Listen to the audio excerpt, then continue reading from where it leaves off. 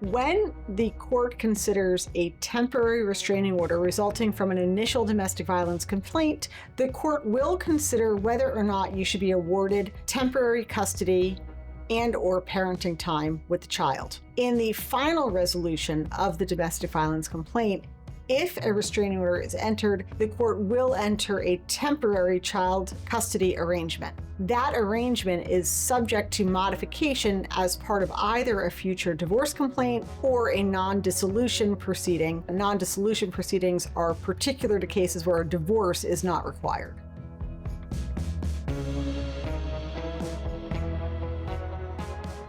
If you're not married to the other parent of your child or children, you can still make application to the court through what's called a non-dissolution docket. In that docket, you could ask for all the same relief that a divorce docket or matrimonial docket would allow. It focuses, however, on child custody, child support, and issues related to the children.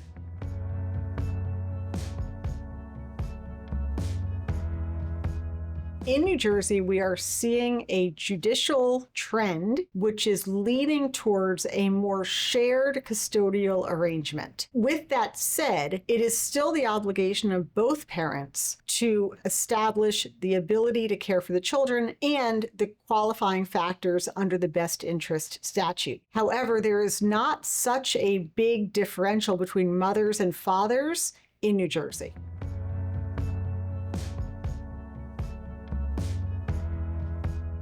New Jersey is one of the few states that has a grandparent and sibling statute and entitlement.